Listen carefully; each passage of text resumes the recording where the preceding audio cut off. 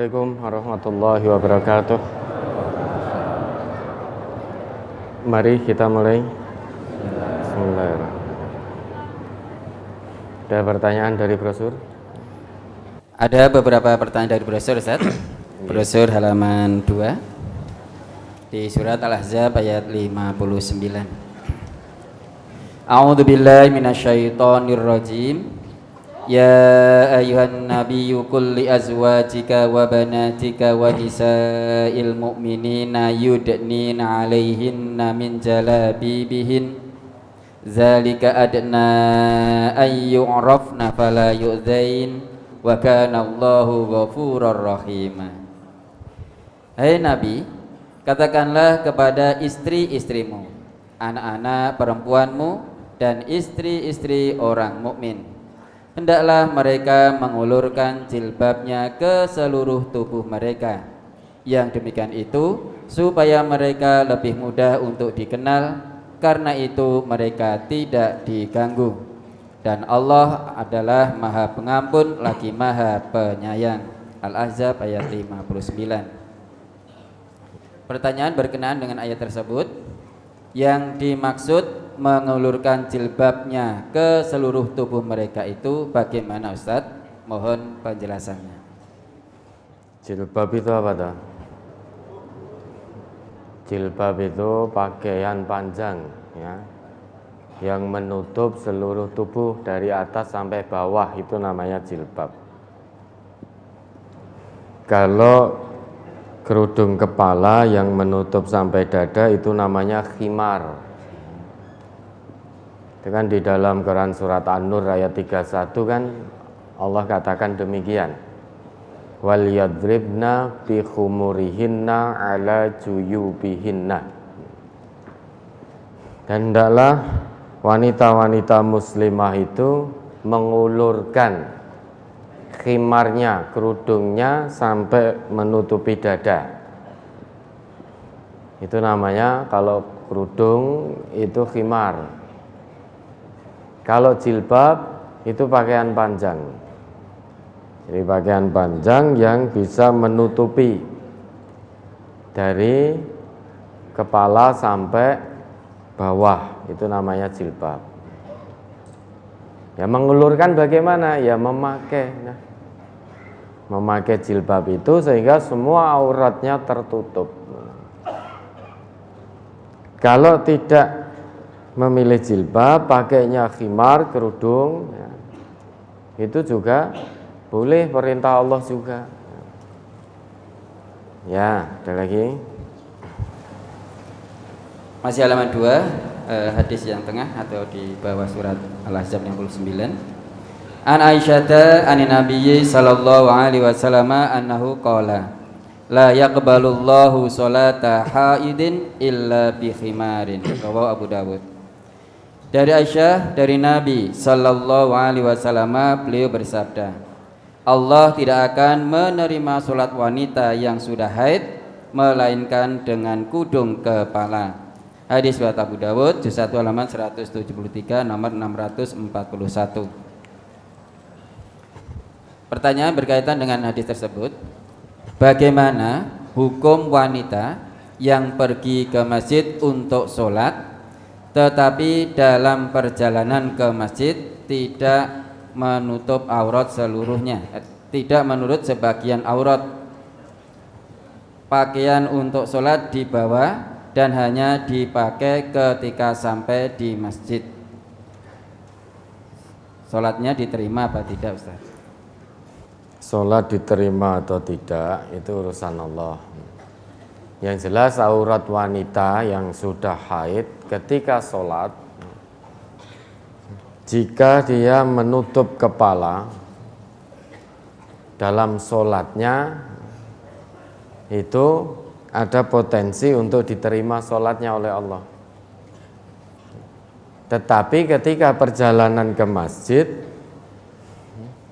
kepalanya tidak tertutup atau sebagian auratnya terbuka, lah berdosa di situ. Karena wanita itu kalau sudah haid maka punya kewajiban untuk menutup auratnya. baik ketika di luar rumah maupun ketika dalam sholat. Kalau hadis ini menjelaskan ada seorang wanita sudah haid, kalau sholat tanpa penutup kepala maka sholatnya tidak sah. Namun jika dia menggunakan penutup kepala, ada kemungkinan sholatnya sah. Nah, dosanya saat dia membuka aurat, karena sudah punya kewajiban auratnya untuk ditutup, tidak diumbar, tidak dipamer-pamerkan. Nah, aurat wanita itu ya dari ujung kepala sampai ujung kaki, sampai kaki. Itu aurat wanita. Makanya kalau datang ke masjid, kalau dia muslimah yang paham betul tentang tuntunan agama, kalau di hadapan yang bukan mahramnya tentu akan menutup aurat. Nah, perkara sholatnya diterima atau tidak itu urusan Allah. Yang jelas hadis ini menjelaskan pada kita, la yaqbalullah sholata haidin illa bi khimarin. Kalau ada perempuan yang sudah balik, sudah haid, sholat tanpa tudung kepala, maka dipastikan sholatnya tidak sah. Ya, ada lagi. Berikutnya halaman 3, hadis yang di tengah. Ali bin Umar anna nisa'an nabiyyi sallallahu alaihi wasallam sa'alnahu 'anil zaili faqala ij'alnahu shibran faqulna inna shibran la yasturu min auratin faqala ij'alnahu dhira'an, rawahu Ahmad. Dari Ibnu Umar bahwasanya istri-istri Nabi sallallahu alaihi wasallam bertanya kepada beliau tentang pinggir kain. Maka Rasulullah sallallahu alaihi wasallam menjawab, panjangkanlah sejengkal. Mereka berkata, sejengkal tidak dapat menutup aurat. Maka sabda beliau, jadikanlah sehasta. Hadis riwayat Ahmad. Mohon penjelasan, ukuran sejengkal itu seberapa sentimeter, Ustaz? Ini loh sejengkal. Dari ujung sini sampai ujung sini ini sejengkal. Kalau sehasta itu dari ujung jari sampai sini siku. Ini sehasta. Kalau sedepa ini loh. Ini sedepa. Dari ujung sini sampai sini kita rentangkan gini, ini sedepa. Kalau sejengkal ya segini. Dari sini sampai sini. Dalam bahasa kita apa? Sekilan. Kalau sehasta itu dari ujung jari sampai siku, ini sehasta. Dhira', namanya dhira'. Kalau sedepa segini, kita merentang begini, ini sedepa. Ya, ada lagi. Berikutnya brosur halaman 4 di surat An-Nur ayat 31.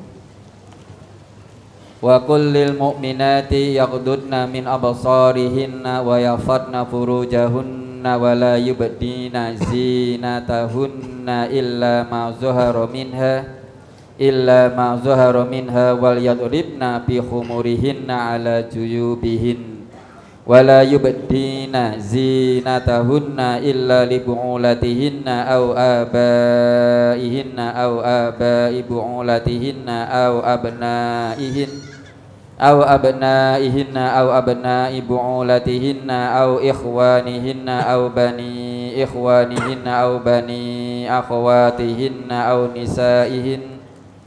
nisaihinna aw ma malakat aymanuhunna aw ittabi'ina ghairi ulil irbati minar rijali aw tiflil ladzina lam yadharu ala auratin nisa wala yadribna bi arjulihinna liyu'lama ma yukhfina min zinatihin wa tubu ilallahi jami'an ayyuhal mu'minuna la'allakum tuflihun.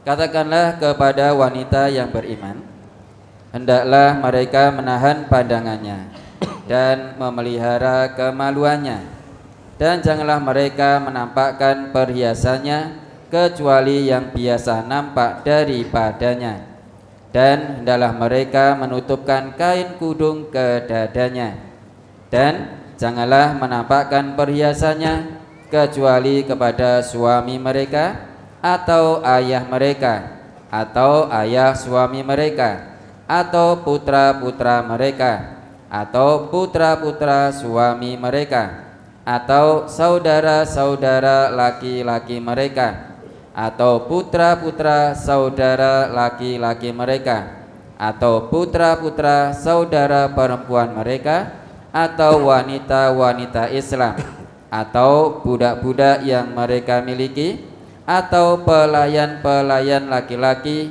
yang tidak mempunyai keinginan terhadap wanita, atau anak-anak yang belum mengerti tentang aurat wanita, dan janganlah mereka memukulkan kakinya agar diketahui perhiasan yang mereka sembunyikan. Dan bertaubatlah kamu sekalian kepada Allah, hai orang-orang yang beriman, supaya kamu beruntung. An-Nur ayat 31. Pertanyaan berkaitan dengan ayat tersebut. Mohon dijelaskan tentang masalah berikut ini. Anak lelaki hasil pernikahan siri yang pernikahan ini terjadi perceraian saat si anak lelaki ini dalam kandungan berusia 6 bulan. Apakah anak ini mahram dengan ibu sambungnya yang dinikahi secara sah oleh bapaknya, meski ibu sambung ini belum digauli oleh bapaknya? Misalnya, sesaat setelah akad nikah dengan ibu sambungnya, anak lelaki ini bisa bersalaman dengan ibu sambungnya apa tidak, Ustaz? Itu mahram karena anak tadi itu anak dari bapak tadi. Kemudian bapak tadi menikah lagi dengan perempuan lain. Ya, maka anak tadi itu mahram dengan ibu sambungnya.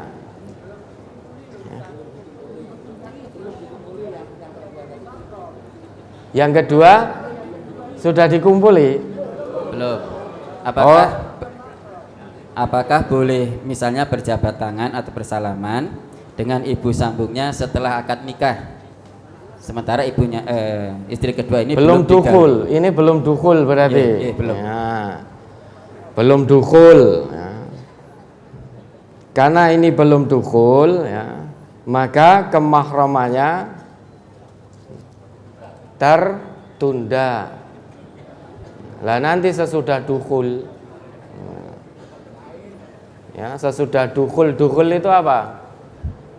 Mengumpuli. Ya, ada lagi. Nah ini sampai hari ini masih berumah tangga atau sudah cerai lagi?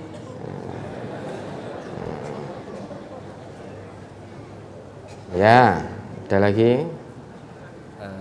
Ke halaman pertama, Ustaz, di surat Al-A'raf ayat 26.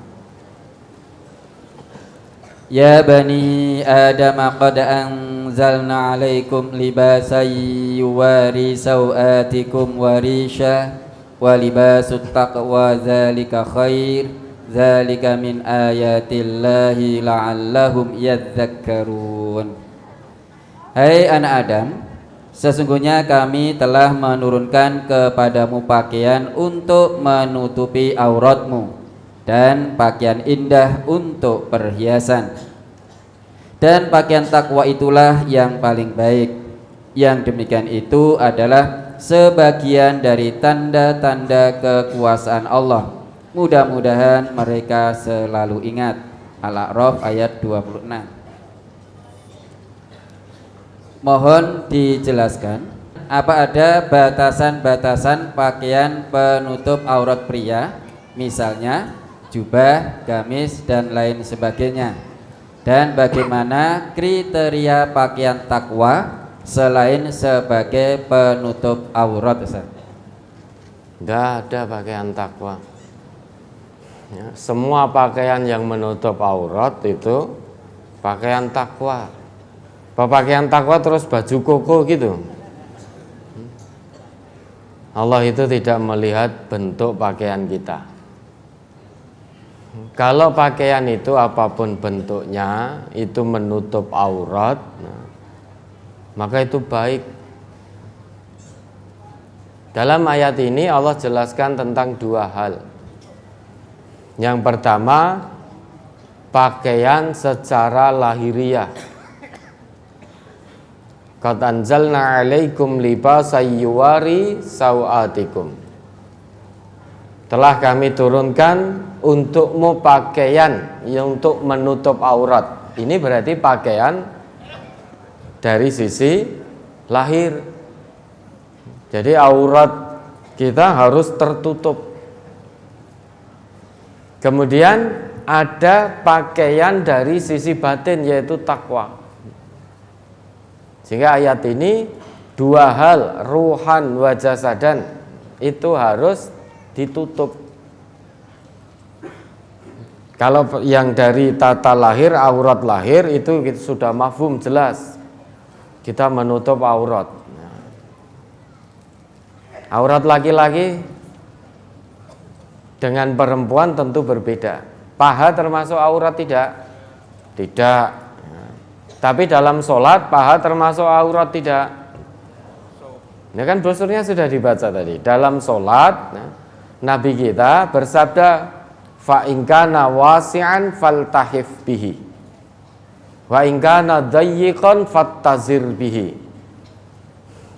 Jika pakaian itu luas, maka berselimutlah dengannya, artinya tutup semuanya.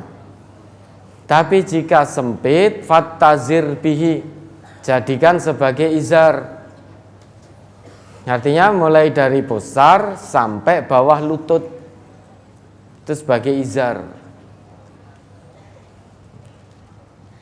Kalau pakaian secara batin, kenapa batin kita harus ditutup hawa nafsu kita? Karena kalau kita tidak tutup, maka kita akan mengikuti hawa nafsu. Akan muncul kesombongan, akan muncul takabur, akan muncul suka mencaci, suka memaki, akan muncul perangai kasar, tidak mudah memaafkan. Maka semua hawa nafsu ini harus ditutup dengan pakaian hati yang namanya takwa. Kalau yang ditanyakan kriteria pakaian takwa, yaitu yang menutup aurat. Mau warnanya apa saja, mau warnanya apa saja, selama tidak ada larangan dari Rasulullah, maka dipersilahkan. Yang penting menutup aurat, mau batik, mau koko, mau jalabiyah. Ketakwaan seseorang itu tempatnya di mana? Kata Allah, at-taqwa hahuna. Wa yushiru ila sadrihi salasa marrat, sambil beliau mengisyaratkan menunjuk pada dadanya 3 kali. Sehingga ketakwaan seseorang tidak bisa dilihat dari pakaiannya. Tidak bisa dilihat dari pakaiannya. Oleh sebab itu Allah tidak melihat pakaian kita. Innallaha la yanzuru ila suwarikum wala ajsadikum walakin yanzuru ila qulubikum wa a'malikum. Yang Allah lihat hati dan perbuatan. Maka kalau ada orang pakai koko, pakai songkok, peci, oh itu orang soleh, apa bisa dikatakan begitu? Itu tata lahirnya yang terlihat. Hatinya kita tidak tahu. Kita tidak bisa membaca hati seseorang sebagaimana orang lain tidak bisa membaca apa yang ada dalam hati kita. Makanya ketakwaan di sisi Allah ukurannya bukan pakaian. Ukurannya adalah hati dan amal perbuatan. Kalau Bapak dan Ibu ya, suatu saat sana ke Timur Tengah sana,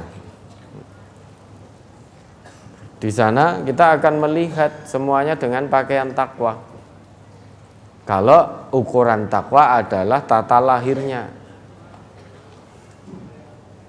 ada memang di sana orang-orang yang tidak beriman kepada Allah, dalam arti dia tidak memeluk agama Islam. Jangan dikira di Timur Tengah semuanya Islam.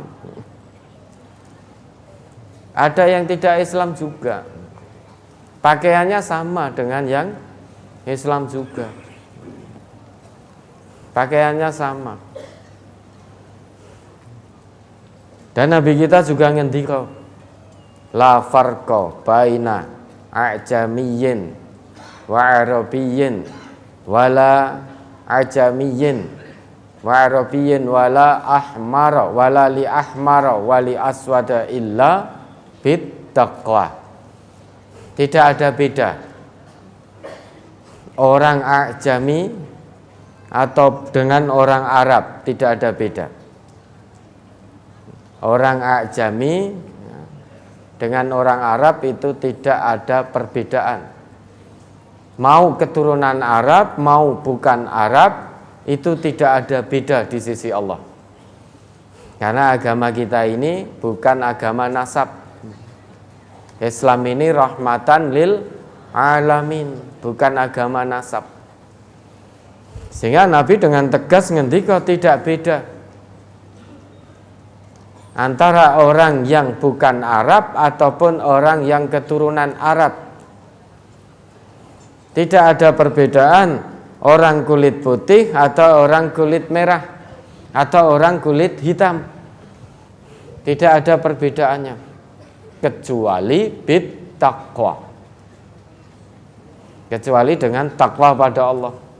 Sedangkan takwa tidak bisa dilihat dari tata lahir. Takwa itu adanya dalam hati. Yang bisa melihat itu Allah, orang lain tidak bisa melihat. Sehingga kita kalau hanya menilai dari tata lahir bisa tertipu, sering tertipu. Tampaknya dengan baju takwa, ternyata juga bermaksiat. Belum lama di negeri kita ini oknum ustadz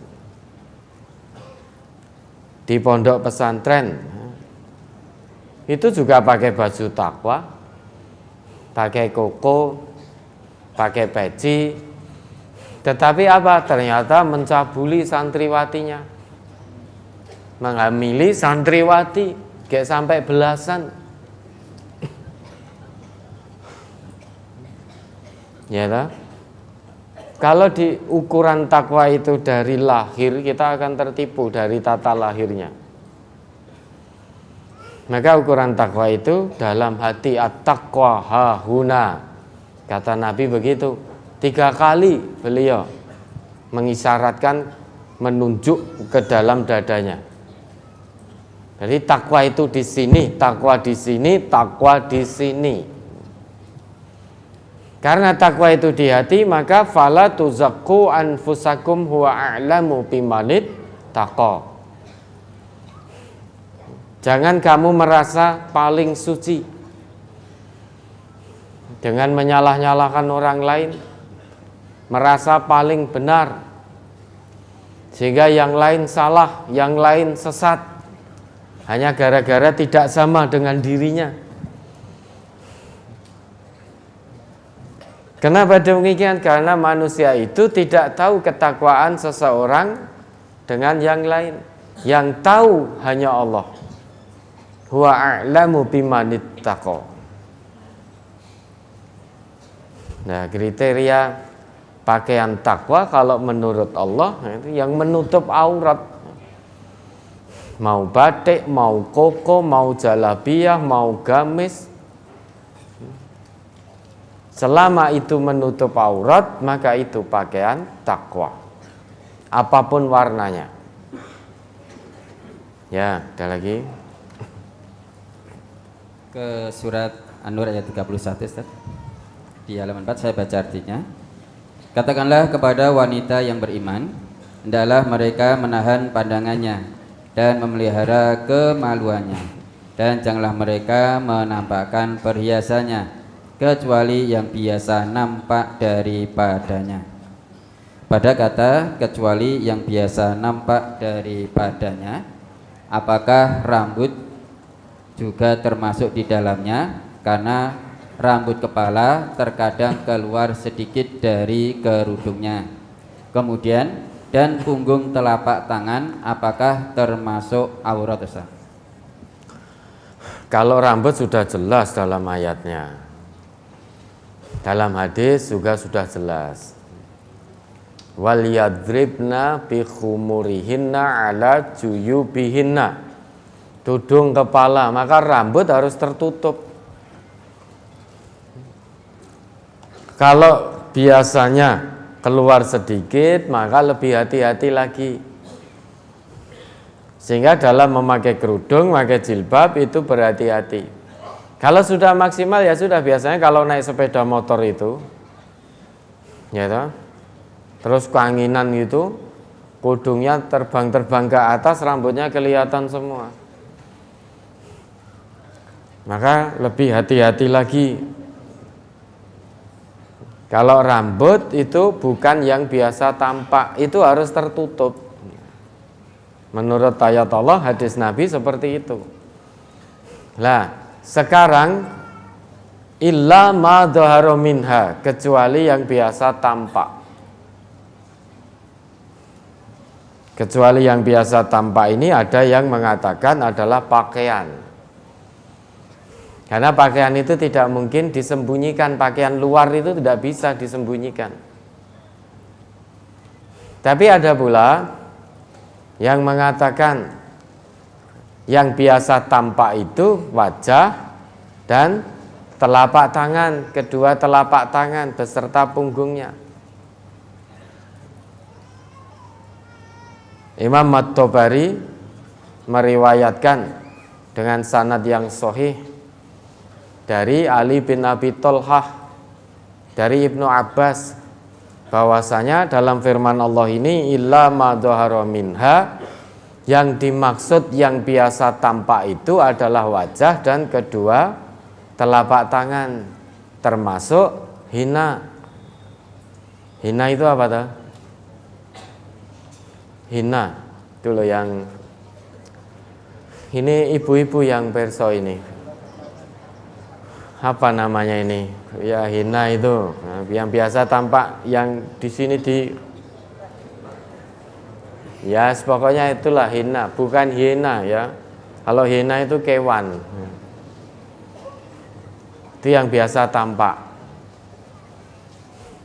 Jadi wajah, kedua telapak tangan, itu yang biasa tampak, maka itu bukan aurat, boleh. Ya, ada lagi. Halaman 6 masuk ke halaman 7.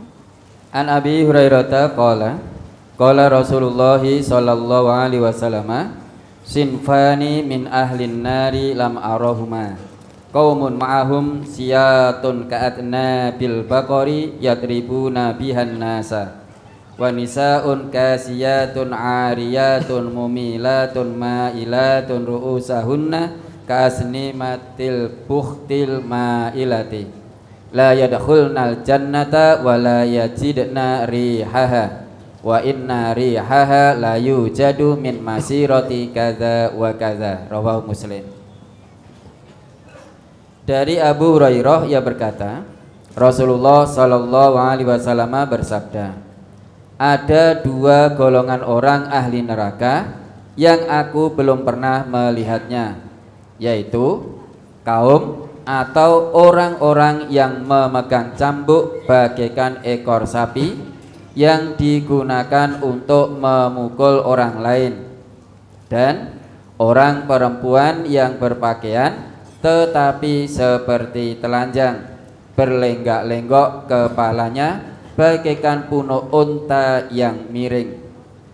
Maka mereka itu tidak akan masuk surga dan tidak akan mencium baunya, padahal bau surga itu sudah tercium dari jarak perjalanan sekian dan sekian, yakni jarak yang sangat jauh.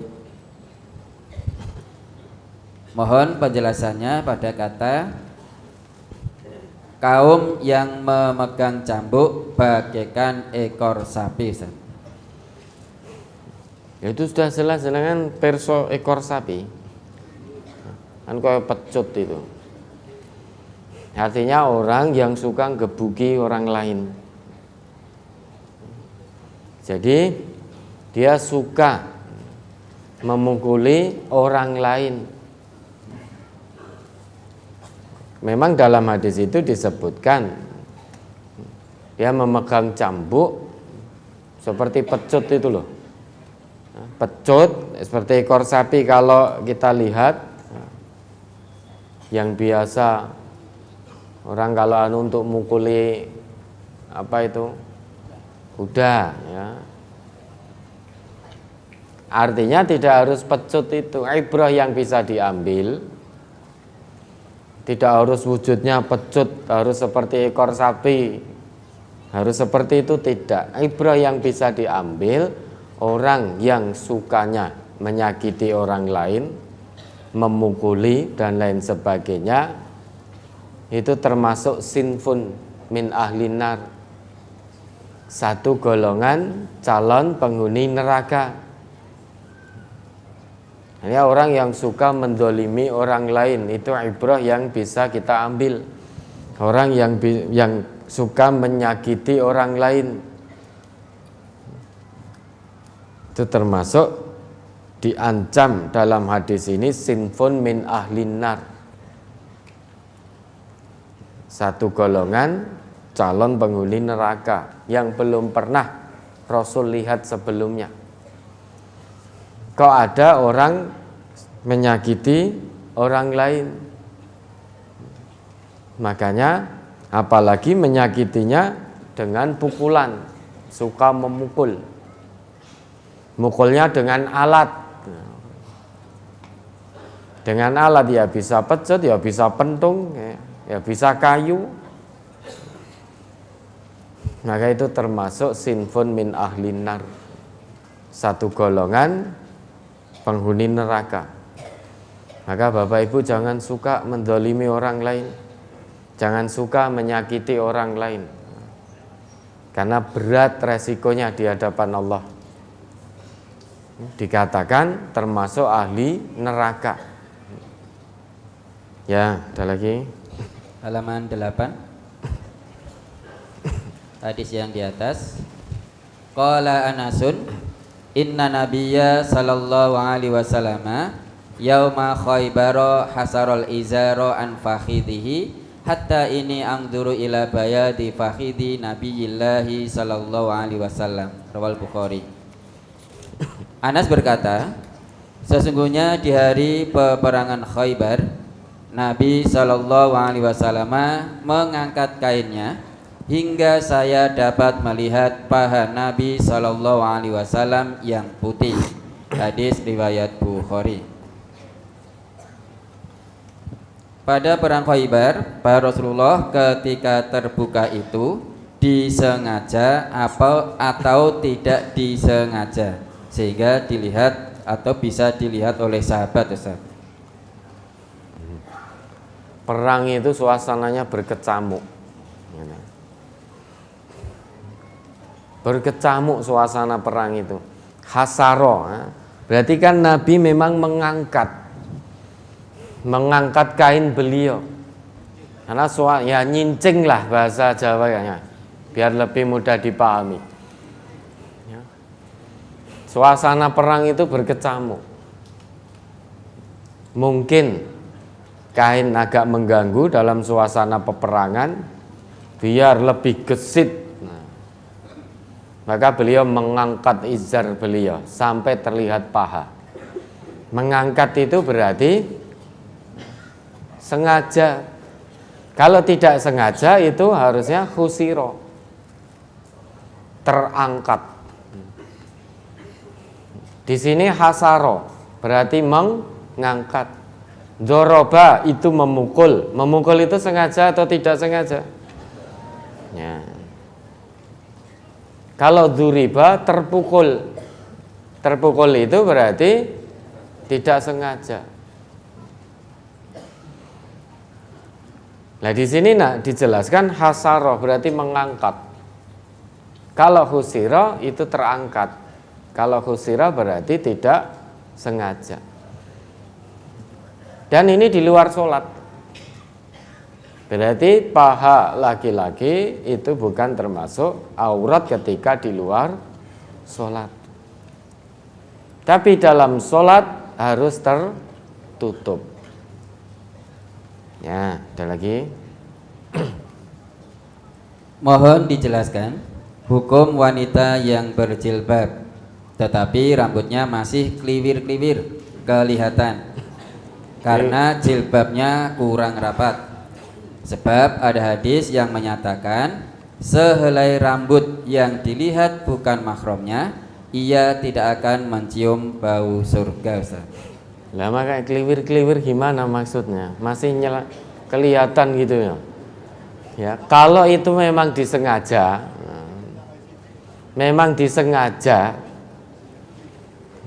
berarti berdosa. Wong disengaja. Tetapi kalau tidak disengaja dan tidak tahu, ya tidak apa-apa. Makanya ketika berjilbab lebih hati-hati lagi. Jangan sampai kliwir-kliwir. Apalagi kliwir-kliwirnya disengaja. Diketok ke sidik. Kan ada yang jilbaban ini diketok ke depannya sedikit. Kan ada iya toh yang jilbaban hanya pakai di sini tapi ini loh poninya diketokke. Lah itu namanya disengaja. Kalau bi ghairi amadin tanpa sengaja ya tidak apa-apa, wong tanpa sengaja kan tidak tahu. Oh ternyata sampai rumah ngilo kaget. Ternyata rambutnya tadi tidak kliwir-kliwir lagi. Sudah banyak yang kelihatan. Ya makanya besok lagi hati-hati. Ada lagi. Bagaimana dengan seorang ibu yang membuka kerudung atau melepas kerudungnya di dalam rumah? Tiba-tiba ada orang laki-laki lain saat antar-antar melihatnya dengan tiba-tiba dan dia bukan mahramnya. Apakah ibu tersebut berdosa, Ustaz? Nah, yang ngamur laki-lakinya itu. Ya rumahnya siapa kok asal masuk saja. Maka ini pentingnya kita ngaji. Oh itu sudah biasa kok kalau di desa keluar masuk. Loh, kebiasaan yang tidak sesuai dengan Quran Sunnah, jangan Quran Sunnahnya dipaksa untuk memaklumi kebiasaan itu. Namun kebiasaan itu yang harus dirubah untuk mengikuti Quran dan Sunnah. Pentingnya kita ngaji. Dulu sebelum kita ngaji, tetangga itu keluar masuk rumah tonggone ini biasa. Bahkan sampai jerun-jerun nih, sampai dapurnya, sampai ininya itu dan lain sebagainya. Setelah ngaji, ngerti akhlak seorang muslim, bahkan ketika ada bertamu pun, dok, assalamualaikum, kok belum ada jawaban, tidak boleh inguk-inguk di nako itu, tidak boleh. Kalau sekarang ini kan yang terlihat kok di belting tong belum nyaut, kijane nek wonge pora diinguk-inguk gini. Itu tidak boleh dalam Islam. Kenapa? Karena Yang namanya rumah itu privasi seorang muslim. Sebelum diizinkan oleh yang punya rumah, maka tidak boleh masuk. Kalau kita inguk-inguk begini, ternyata rumahnya belum sempat dibersihkan. Belum sempat dibersihkan. Bukannya kok acak-acakan kemudian tidak dibersihkan karena sesuatu hal belum sempat dibersihkan, akhirnya kita lihat dari luar. Maka akan timbul fitnah. Sesudah itu kita akan cerita, oh ternyata rumahnya ustadz, rumahnya bapak kiai, rumahnya yang dianggap alim, ternyata berantakan, andekno nerangke, kebersihan dari iman. Itu privasi. Maka ada akhlaknya.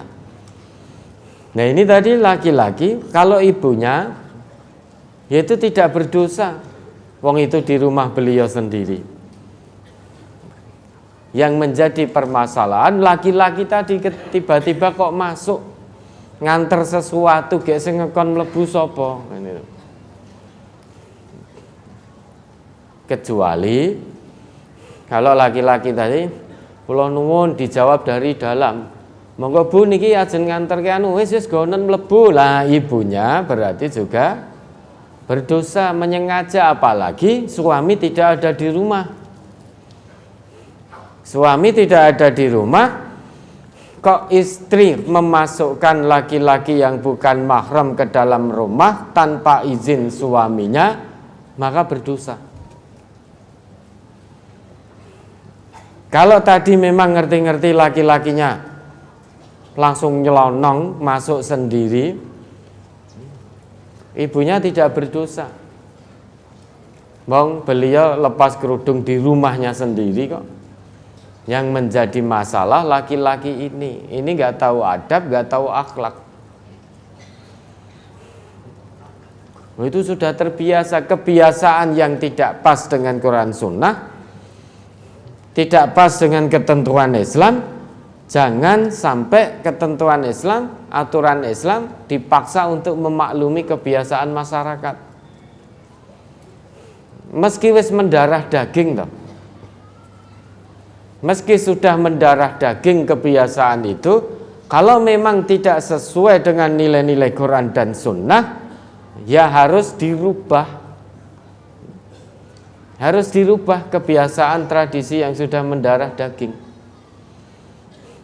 Ini bukan hanya masuk ke rumah tetangganya tanpa izin, kok asal nyelonong sampai ke dapur, buka meja makan, nenek tempe dimakan, nenek anu. Iya toh, kan biasa toh itu di masyarakat. Langsung masuk, masak apa yuk? Sampai belum dijawab wis buka-buka dhewe, jika sego dhewe, jika tempe, jika tahu makan. Ini kebiasaan yang tidak pas, tidak baik. Maka harus dirubah kebiasaan itu. Tidak bisa berubah tanpa ngaji. Karena dengan ngaji kita tahu. Bukan itu saja Bapak dan Ibu.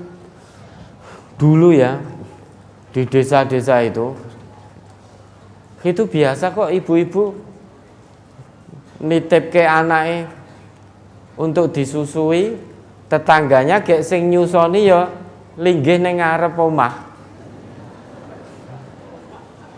Linggih di depan rumah, di teras sambil jagongan dengan tetangga yang lain laki perempuan sambil nyusoni.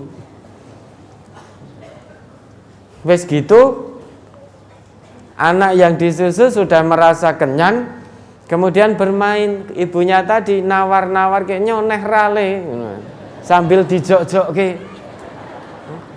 Itu menjadi hal yang biasa. Nggih napa nggih? Iya. Nah enggak itu ngiming-ngimingi anak yang masih dalam susuan, masa bermain mungkin 1 tahun. Ada kok seorang ibu membuka dan mengeluarkan untuk kemudian diiming-imingkan pada anaknya itu. Nyole, engko nek ora gelem dimik fulan lho. Ada seperti itu sudah menjadi kebiasaan yang tidak baik dan mendarah daging. Sing kepengin dudu anake tanggane itu nanti sing kepengin. Lah, kalau kebiasaan yang seperti itu apa lantas agama harus memaklumi? Oh, sudah biasa kok. Itu kan hanya pikiranmu saja yang kotor, yang mesum dan lain sebagainya dan lain sebagainya. Ya. Kebiasaan yang tidak baik, jangan agama dipaksa untuk memaklumi. Kalau kebiasaan yang sudah mendarah daging kemudian agama dipaksa untuk memaklumi, niscaya Nabi dulu menerima kebiasaan-kebiasaan, tradisi-tradisi jahiliyah. Tapi apapun resiko beliau hadapi demi tegaknya kebenaran, merubah kebiasaan yang tidak baik yang sudah mendarah daging dalam masyarakat jahiliyah. Itu dirubah. Perbudakan itu kebiasaan yang sudah mendarah daging dulu sebelum Nabi diutus. Apakah Nabi lantas menerima perbudakan gara-gara itu sudah menjadi hal biasa dalam masyarakat jahiliyah? Oh tidak, perbudakan dihapuskan oleh Islam. Maka tradisi masyarakat apapun bentuknya, meski sudah mendarah daging dalam masyarakat itu, tidak hanya 7 turunan, mungkin 70 turunan, 700 turunan sudah mendarah daging, jangan paksa agama yaitu Quran Sunnah untuk memaklumi kebiasaan itu. Tetapi kebiasaan itulah yang harus dipaksa untuk berubah sehingga sesuai dengan nilai-nilai Al-Quran, sesuai dengan nilai-nilai As-Sunnah. Kalau kita mengikuti kebanyakan orang, kebiasaan yang menyimpang, sudah mendarah daging, terus dipermaklumkan, oh wis biasa. Ini ada muda-mudi hubungan sampai berzina, ini hamil, oh wis biasa cah enom. Kaya ora tau enom wae. Cah enom kuwi kenakalan remaja kok. Apa lantas Islam suruh memaklumi pergaulan bebas seperti ini? Hanya gara-gara pergaulan bebas sudah menjadi biasa. Apakah lantas Quran Sunnah harus memaklumi? Ya tentu tidak.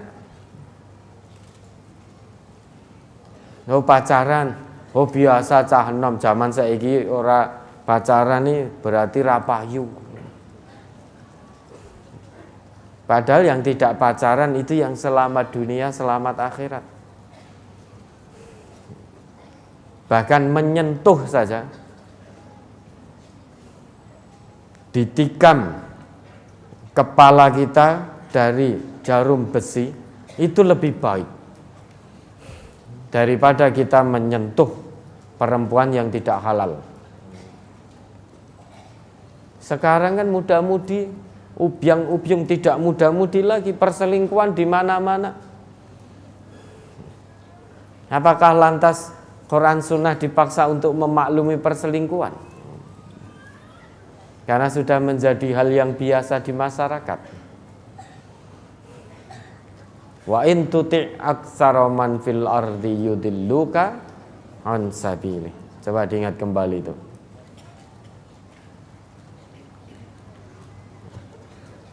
surat Al-An'am surat ke-6 ayat 116.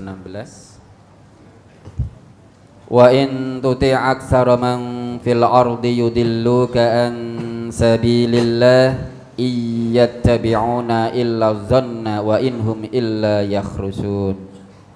Dan jika kamu menuruti kebanyakan orang-orang yang di muka bumi ini, niscaya mereka akan menyesatkanmu dari jalan Allah. Mereka tidak lain hanyalah mengikuti persangkaan belaka, dan mereka tidak lain hanyalah berdusta kepada Allah. Ya tak? Itu hanya dzon, persangkaan. Oh ini baik, wong sudah biasa di masyarakat kok. Satu perbuatan baik atau tidaknya itu bukan dilihat dari kebiasaan masyarakatnya, tetapi dilihat menurut Allah, menurut Rasul, baik atau tidak. Kalau itu menurut Allah, menurut Rasul baik, maka kerjakan. Kalau itu menurut Allah dan Rasul tidak baik, meski menurut mayoritas masyarakat itu baik, ya jangan kerjakan. Karena baik buruk perbuatan itu menurut Allah, bukan menurut manusianya. Kebaikan itu menurut Allah, menurut Rasulullah, bukan menurut manusia.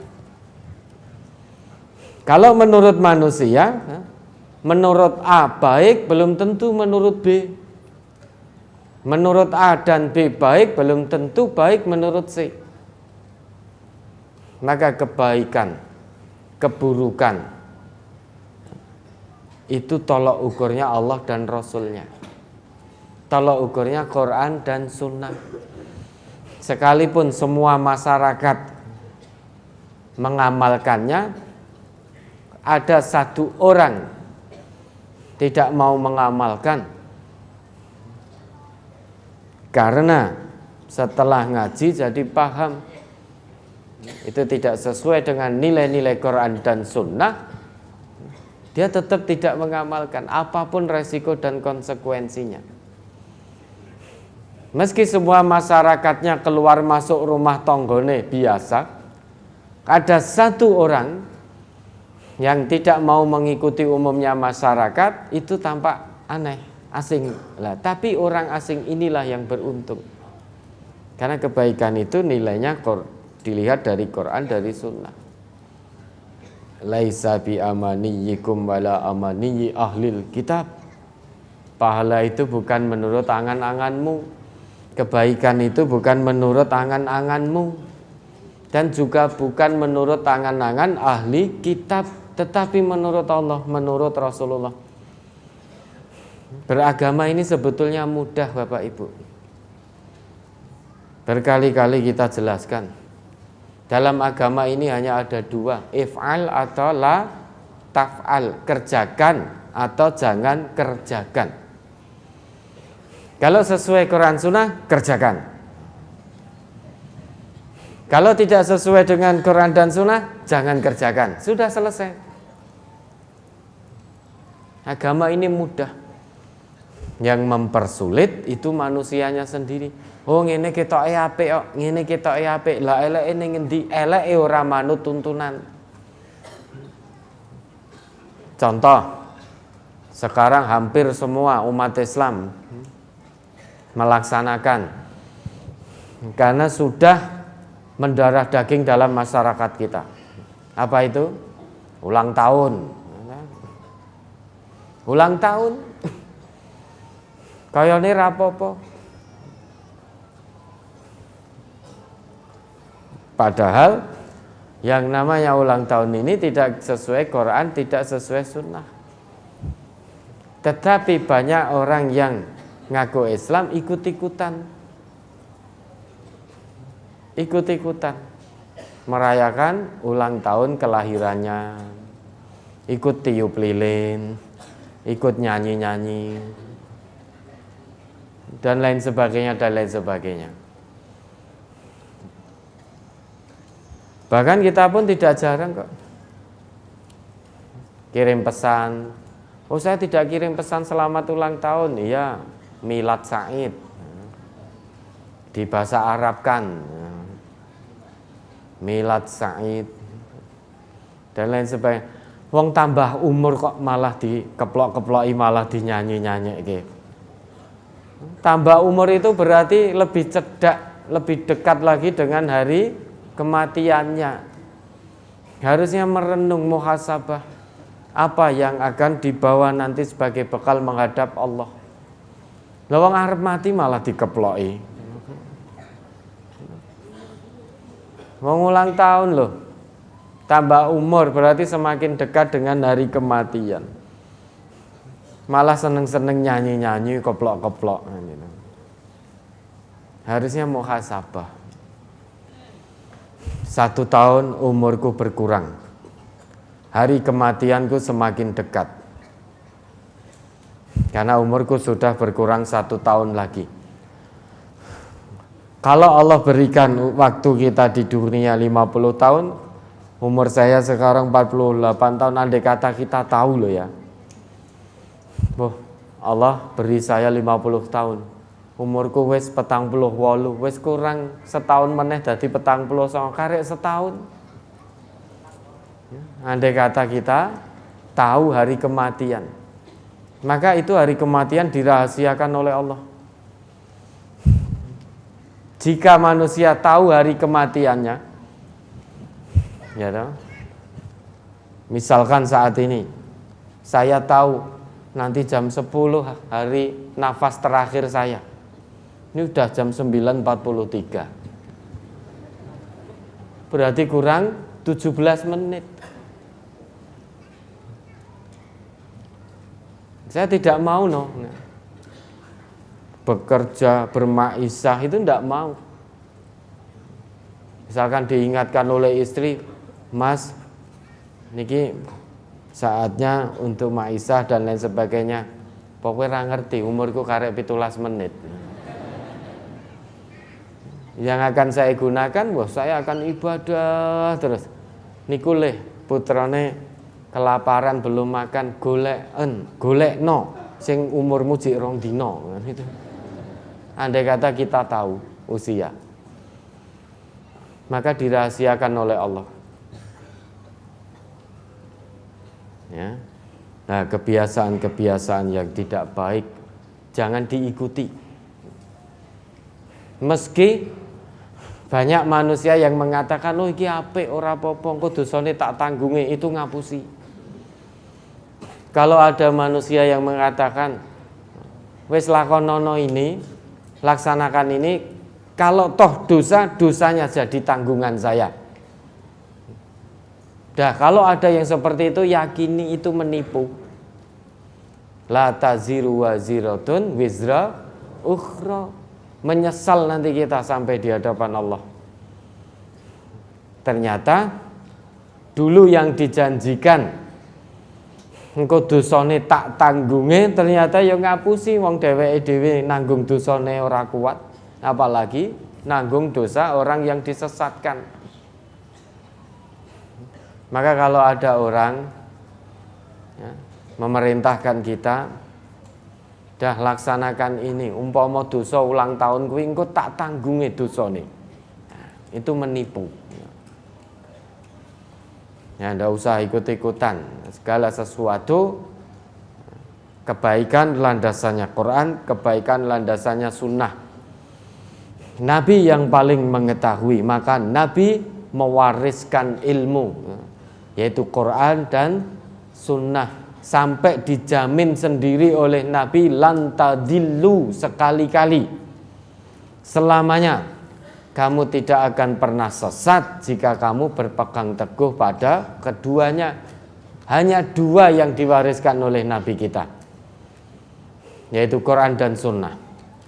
Meski kita tidak hidup sezaman dengan Nabi, namun Nabi wariskan itu 2 hal ini, sehingga kita pun bisa mengambil warisan dari Nabi ini untuk kita amalkan dalam kehidupan sehari-hari. Sehingga dua warisan Nabi ini kita jadikan komitmen dalam menjalani amanah kehidupan yang Allah berikan ini. Jangan ikut-ikutan umumnya masyarakat. Wada'il awwama, tinggalkan keumuman orang. Kalau keumuman itu sudah mendarah daging dalam masyarakat, tetapi tidak sesuai dengan nilai-nilai agama, maka tinggalkan. Jangan takut, fala takhshawhum wakhshawni. Jangan takut pada manusia, takut hanya kepadaku, kata Allah begitu. Saat kita meninggalkan keumuman masyarakat, yang jelas akan mendapatkan caci maki, akan dirasani, akan diribai, bahkan mungkin diintimidasi, mungkin disakiti, dan lain sebagainya. Namun jangan gentar, jangan mundur satu langkah pun. Dijanjikan oleh Nabi, fatuba lil ghuraba. Beruntunglah orang-orang yang asing, sing ora umum. Umumnya pacaran, ini ada pemuda-pemudi yang tidak pacaran, dipoyoi, tidak masalah, dihina-hina, tidak masalah. Karena kebahagiaan itu nanti di akhirat. Kebahagiaan dunia itu hanya semu menipu, sudah semu. Maka jangan tertipu dengan kebahagiaan dunia. Hari ini bahagia, nanti 5 menit lagi bisa kita bersedih. Maka kebahagiaan dunia ini semu dan menipu. Raihlah, usahakan kebahagiaan itu hanya di akhirat. Kalau mengedepankan kebahagiaan akhirat, dunianya pun dijamin oleh Allah kita akan bahagia. Maka jangan takut, jangan gentar untuk menyuarakan kebenaran. Kebenaran Quran, kebenaran sunnah harus tegak. Penyuara kebenaran Quran sunnah tentu akan menghadapi ujian dan rintangan. Ujiannya bisa mulai dari ringan, sedang, dan juga berat. Tapi jangan mundur satu langkah pun. Nah, kebiasaan masyarakat yang tidak sesuai dengan Quran dan Sunnah, jangan paksa Quran Sunnah untuk memakluminya. Tetapi paksa kebiasaan itu untuk berubah mengikuti Quran dan Sunnah. Termasuk wong lanang sing nyelonong-nyelonong tadi.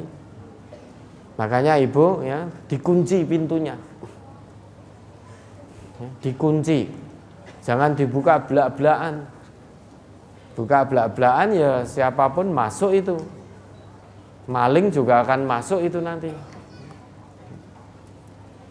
Ya, kalau memang itu masuk karena nyelonong, ibu tidak berdosa. Tetapi kemudian kedepannya lebih hati-hati, dikunci rumahnya.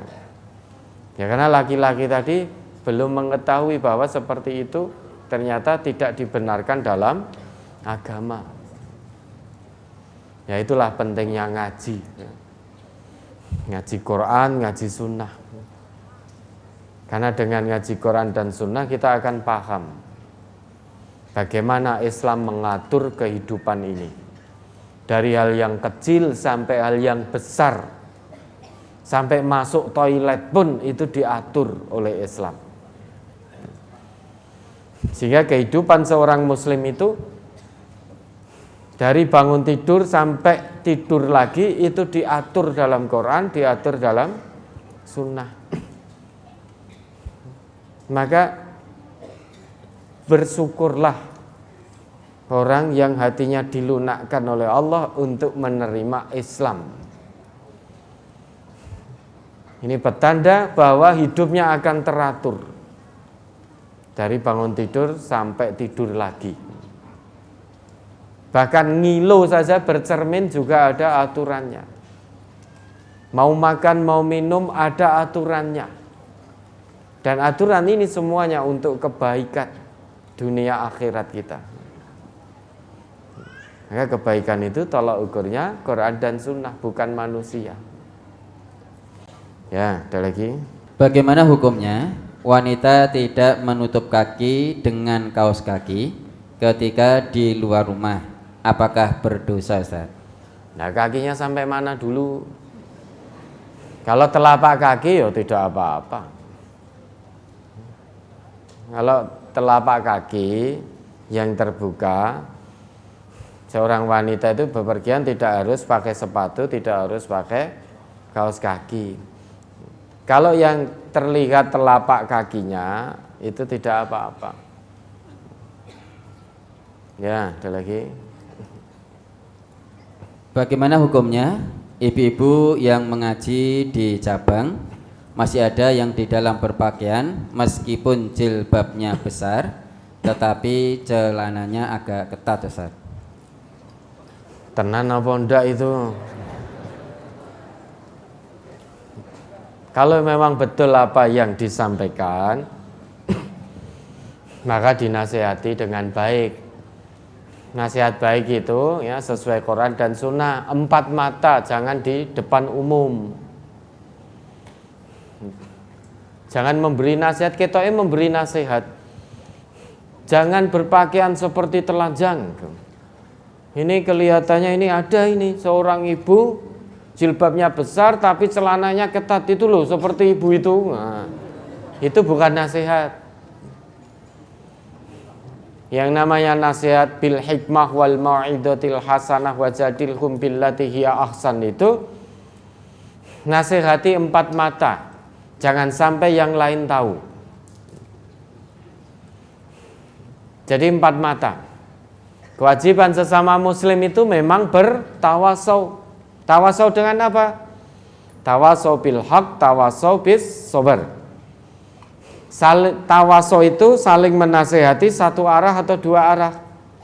2 arah. Hari ini kita menasehati, mungkin esok kita ganti di nasehati. Jangan hanya pengen menasehati tok. Nah, ini biasanya orang itu kalau sudah merasa paling, itu sulit untuk menerima nasihat dari orang yang kebetulan berada di bawahnya. Baik dari pangkatnya di bawahnya, kekayaan di bawahnya, status sosial, pekerjaan mungkin di bawahnya, pendidikan di bawahnya. Ini sulit kalau hatinya tidak bening. Diberi nasihat oleh orang yang kebetulan berada di bawahnya secara tata lahir, sulit menerima. Nah, masa aku dokter kok salah? Masa sing nasihati aku mung lulusan SD? Yang namanya tawassul itu 2 arah. Karena kita bukan nabi, bukan rasul, tidak maksum. Siapa yang berani menjamin yang hadir di sini ini tidak punya salah, tidak punya dosa? Kita tidak maksum. Maka seorang muslim yang baik, dia siap ikhlas memberi nasihat, ikhlas dinasehati. Itu muslim yang baik. Apapun status sosialnya, kalau nasihat yang datang pada dirinya itu sesuai dengan kebenaran agama ini, maka dia sami'na wa ata'na. Coba diingat kembali Quran surat An-Nur ayat 51. Surat An-Nur surat ke-24 ayat 51. Innama kana qaulal mu'minina idza du'u ilallahi wa rasulihi liyahkuma bainahum an yaqulu sami'na wa ata'na wa ulaika humul muflihun.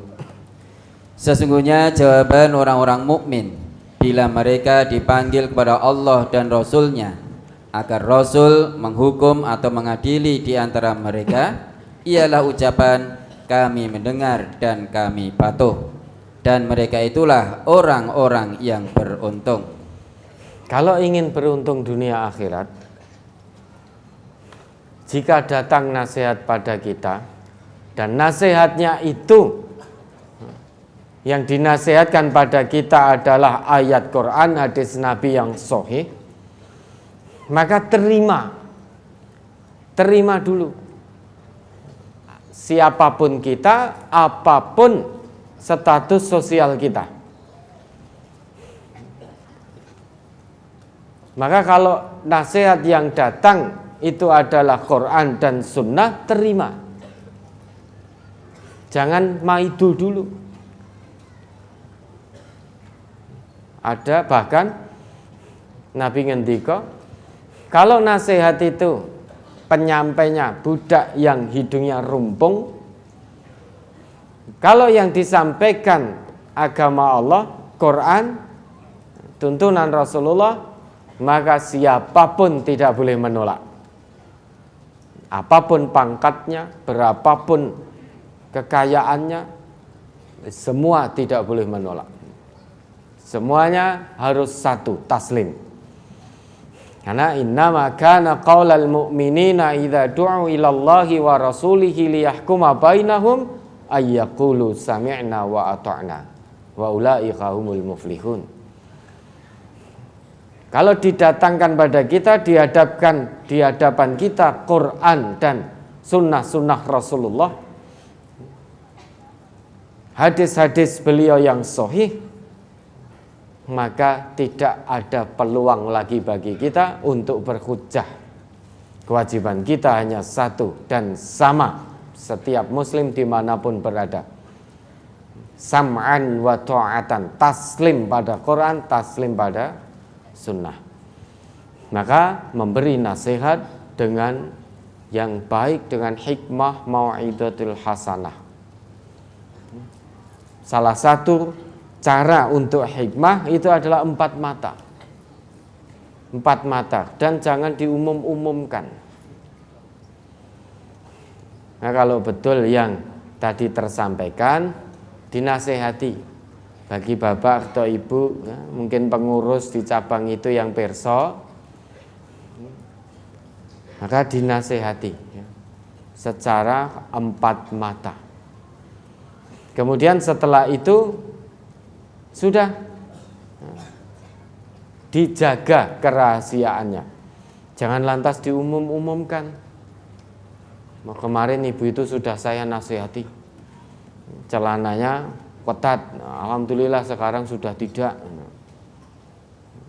Nah, itu namanya memberi nasihat tidak dengan cara terbaik. Sudah 4 mata tetapi sesudah itu diumum-umumkan. Berarti tidak dengan cara yang terbaik. Yang diberi nasihat juga ikhlas diberi nasihat, bersyukur pada Allah, punya saudara sesama muslim yang betul-betul perhatian. Saat dirinya menyalahi aturan Quran dan Sunnah, ternyata saudari di tempat ngajinya mengingatkan. Ini berarti dia dianugerahi oleh Allah saudara yang memperhatikan akhiratnya pula. Tidak mudah untuk mendapatkan saudara seperti ini. Saudara persaudaraan yang diiman, yang diikat karena iman dan takwa. Yang memberi nasihat jangan merasa jumawa.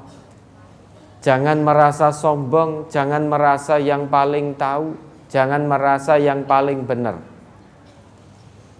Karena suatu saat nanti akan datang pada dirinya nasihat kebenaran pula.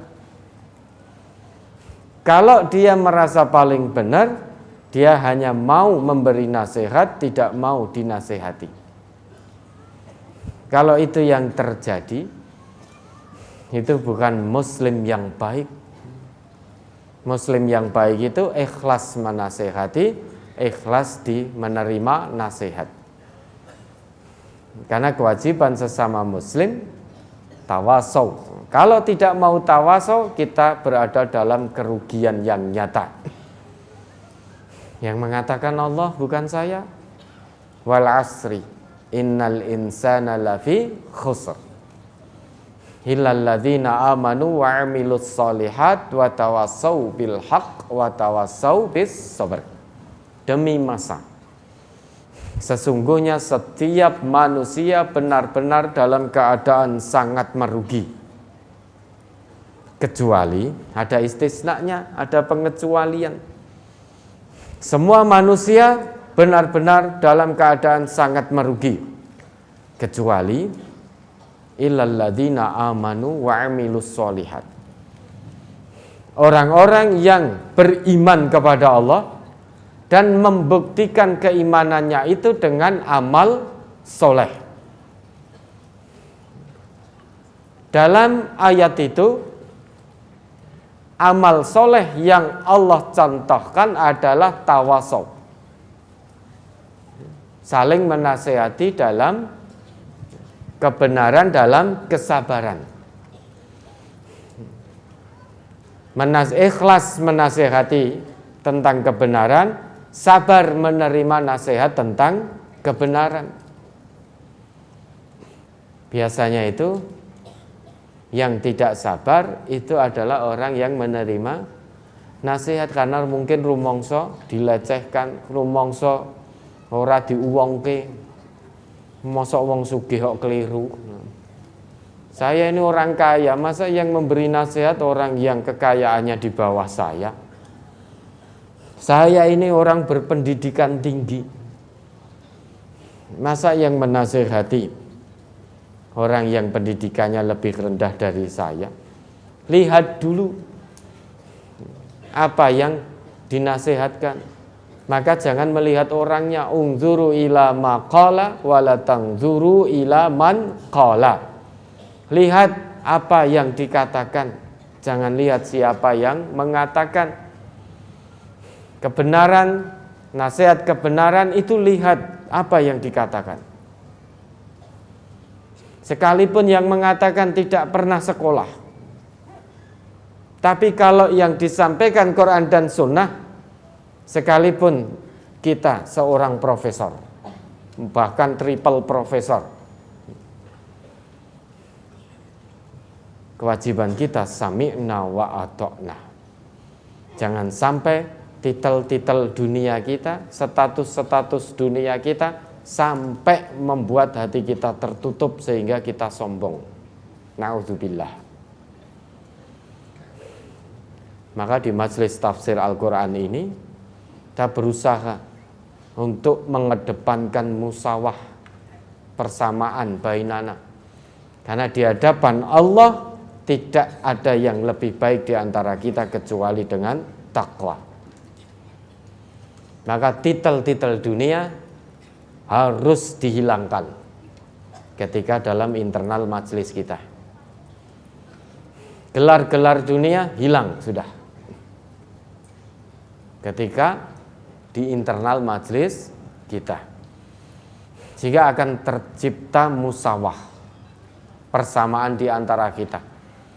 Mau lulus SD, lulus SMP, lulus SMA, lulus kuliah, S1, S2, S3, profesor, sama. Yang membedakan adalah ketakwaan kita pada Allah.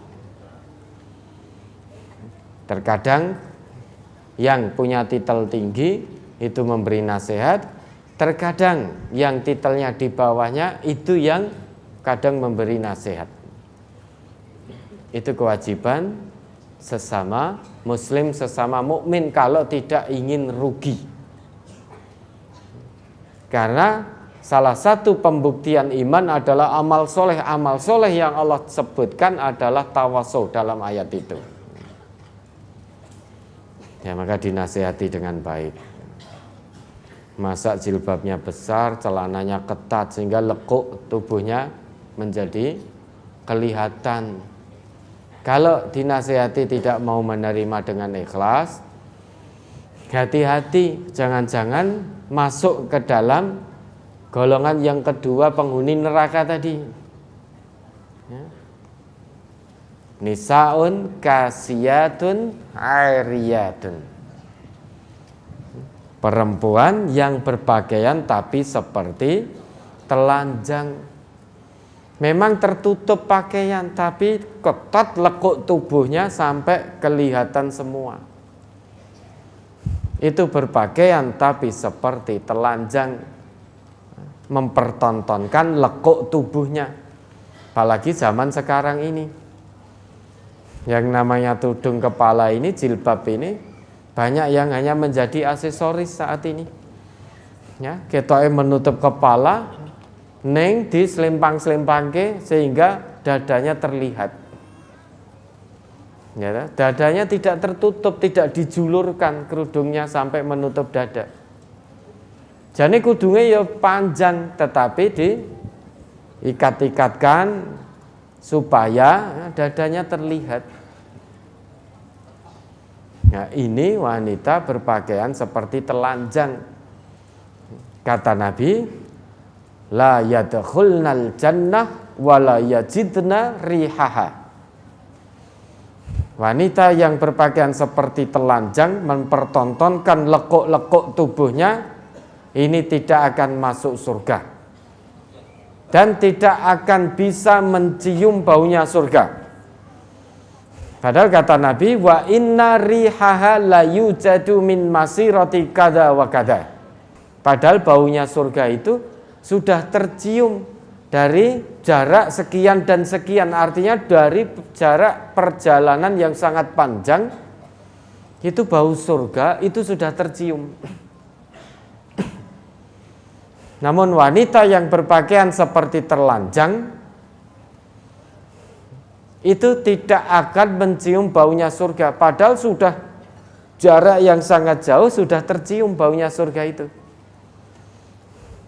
Kok sampai dia tidak bisa mencium baunya surga?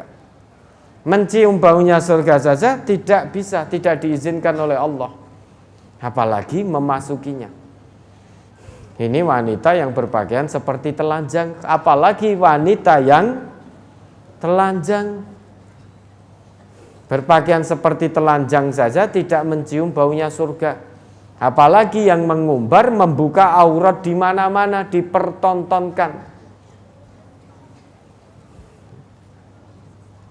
Maka jelas menjadi golongan kedua setelah golongan pertama tadi yang suka memukuli, suka menyakiti orang lain tadi.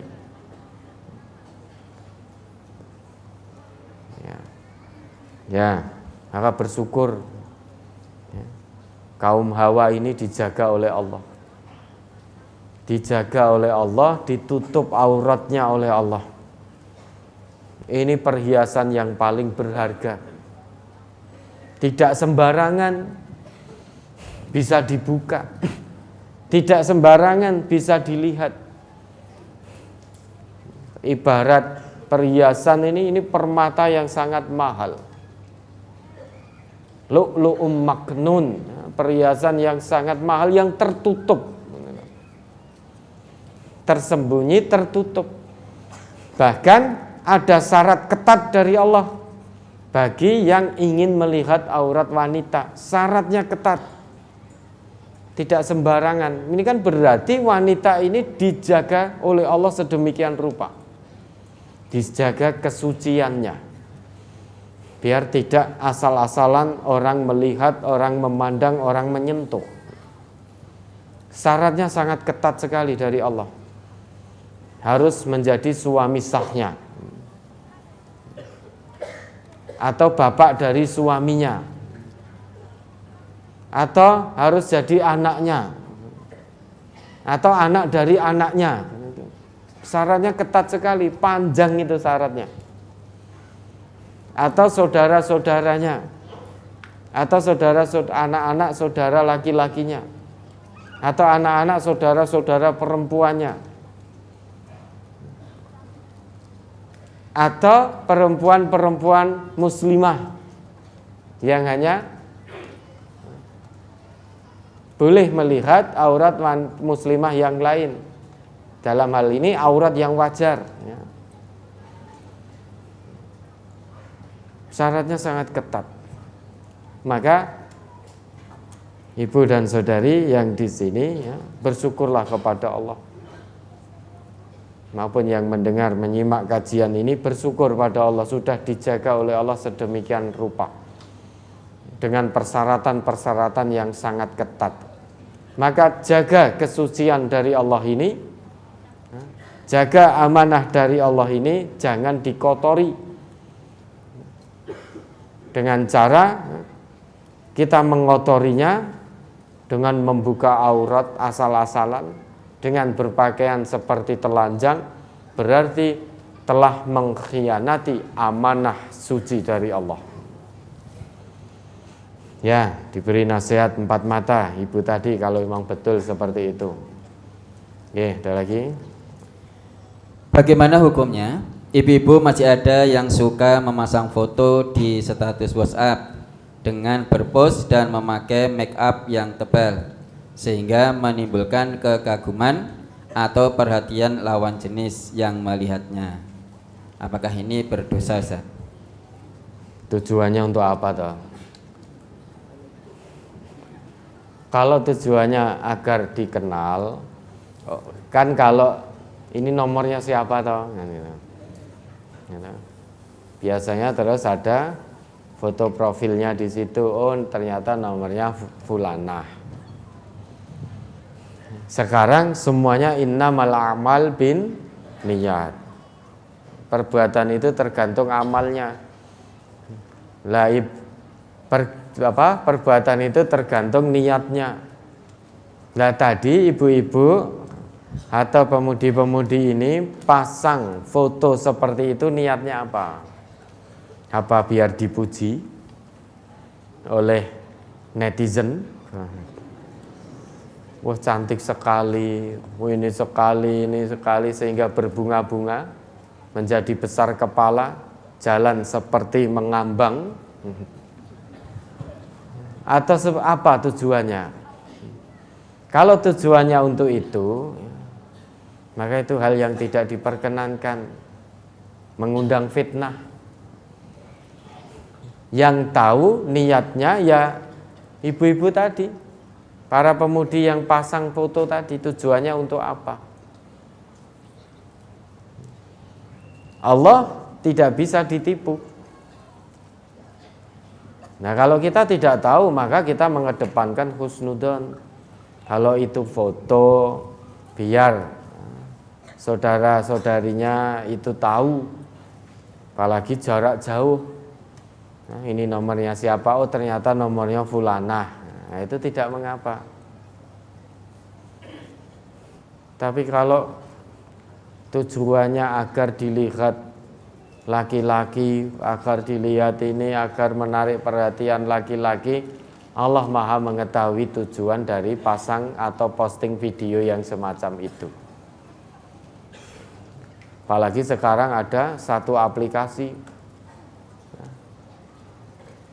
Aplikasi ini kalau tidak hati-hati ya, menyesatkan sekali ini. Namanya apa? TikTok. Banyak kaum hawa wis ndak punya malu lagi. Joget-joget gak karuan. Ngumbar aurat ya. Terus kemudian mesam-mesem sendiri di TikTok. Nah, ini tujuannya untuk apa toh? Maka hati-hati dengan setan gepeng, okay? Hati-hati dengan setan gepeng. Mudah sekali sekarang orang yang benci Islam itu mudah sekali, tidak perlu memerangi Islam dengan senjata. Cukup diberi setan gepeng wis. Generasi Islam, umat Islam sudah banyak yang jauh dari kitab sucinya. Waktunya habis 24 jam untuk bersama setan gepeng, yaitu HP itu. Kan wujudnya gepeng itu. Memang HP itu manfaatnya besar. Tapi sebelum mengambil manfaat internet itu, sebelum mengambil manfaat, hati-hati dengan madorotnya dulu. Darul mafasid muqaddamun ala jalbil masolih. Mencegah kerusakan itu lebih didahulukan daripada mengambil maslahat. Memang tidak dipungkiri, kemajuan teknologi, internet ini banyak manfaatnya. Namun hati-hati, banyak madorotnya pula. Bahkan setan internet ini sudah membersamai anak-anak kita sejak dini.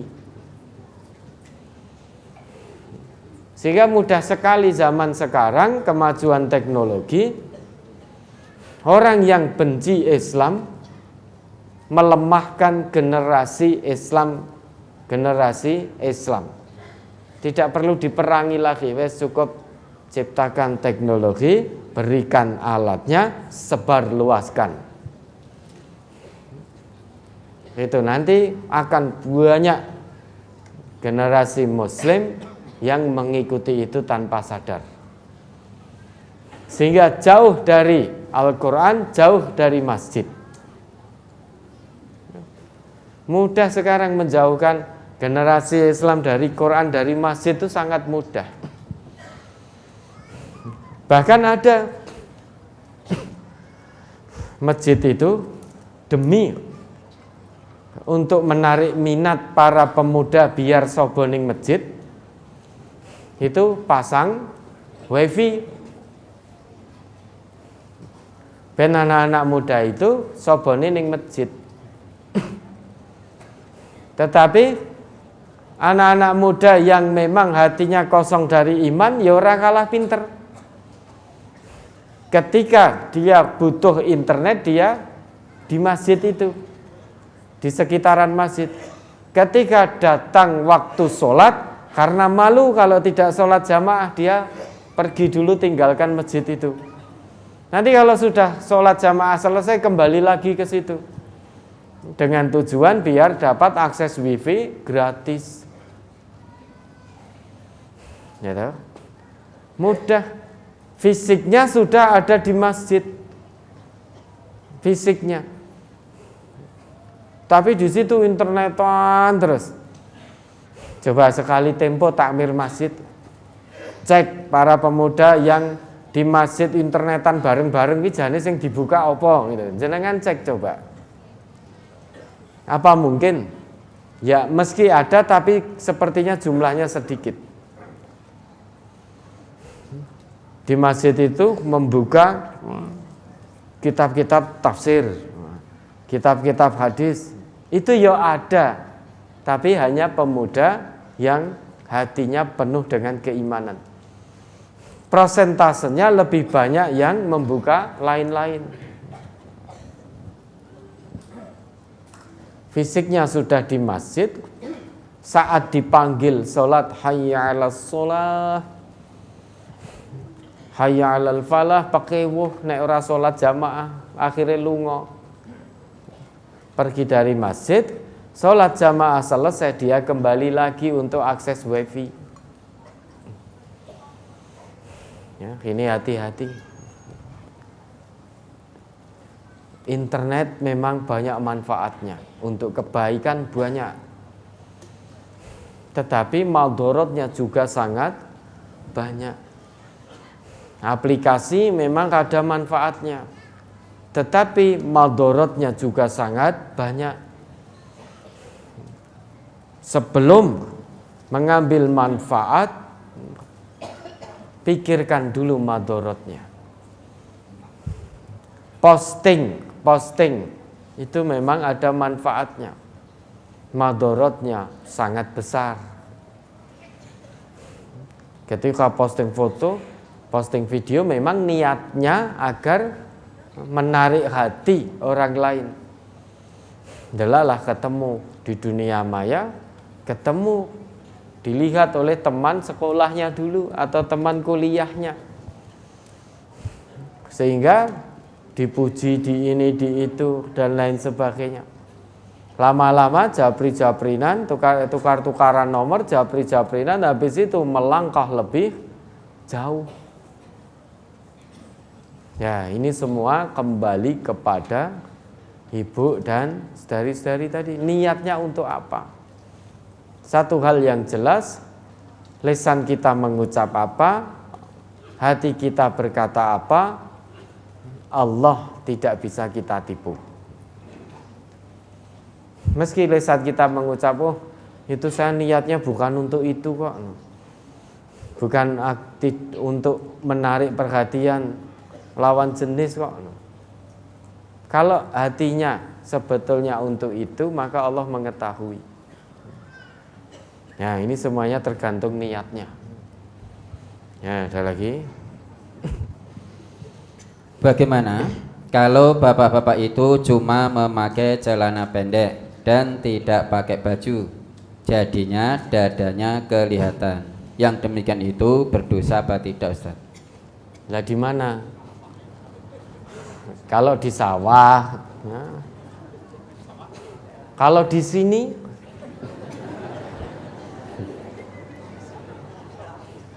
secara akhlak tidak baik. Ini kalau pas di sawah macul itu ya, memang itu tempatnya. Likulli maqamin maqalun wa likulli maqalin maqamun. Setiap tempat ada perkataan, setiap perkataan ada tempatnya. Setiap tempat artinya kita melihat orang muslim itu orang yang cerdas itu bisa menyesuaikan.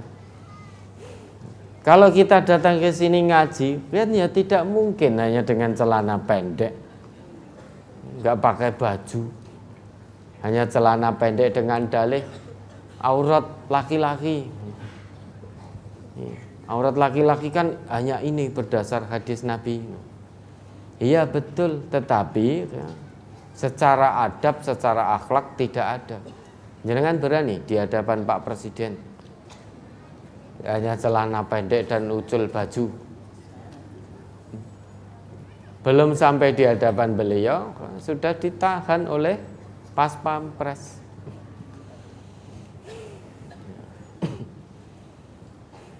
Ya, semuanya ada pada tempatnya. Kalau pas di sawah, pas macul, pakai kaos sudah sumuk, kemeringat, kotos-kotos, ngisis, kemudian kaosnya dilepas. Yang penting pusar ke bawah itu masih tertutup. Ya memang itu sah-sah saja, boleh-boleh saja. Kecuali yang tidak boleh celana pendek copot sisan. Nah itu ya yang tidak boleh. Ada lagi. Saat ini lagi musim vaksin. Saya seorang wanita. Waktu divaksin disuntik lengan bagian atas dan itu termasuk aurat. Apakah ini diperbolehkan menampakkan aurat kepada wanita bukan muslim? Itu kan kondisi darurat, ad-daruratu tubihul mahdurat. Keadaan darurat itu menjadikan boleh hal-hal yang dalam keadaan normal itu dilarang. Lawang ibu-ibu ini berobat loh. Untuk kesehatan berobat misalkan. Tidak hanya membuka lengannya, kebetulan yang ada dokter ahlinya adalah laki-laki. Seperti dokter kandungan. Kok kebetulan yang ahli yang menangani laki-laki. Itu kan ada USG, itu kan buka perut, buka ini. Itu kondisi darurat. Yang tidak boleh itu kalau kondisi normal. Nah, kalau vaksin harus disuntik lengan, kebetulan vaksinnya dapat gilirannya di tempat itu, yang nyuntik kebetulan non muslim, ya tidak apa-apa, dibuka kondisi darurat. Ada lagi. Berdansa termasuk salah satu yang dilarang. Bagaimana dengan kegiatan ibu-ibu yang lagi ngetren saat ini? yaitu senam dengan pakaian yang begitu kurang terjaga, juga tempatnya terbuka, Ustaz. Apa tadi? Berkaca? Berdansa. Berdansa. Oh, berdansa. Ya, Ustaz. Berdansa lah saat ini ibu-ibu ya biar sehat kemudian senam. Senam lah itu isinya ibu-ibu itu muslimah semua tidak? Kan pertanyaannya itu.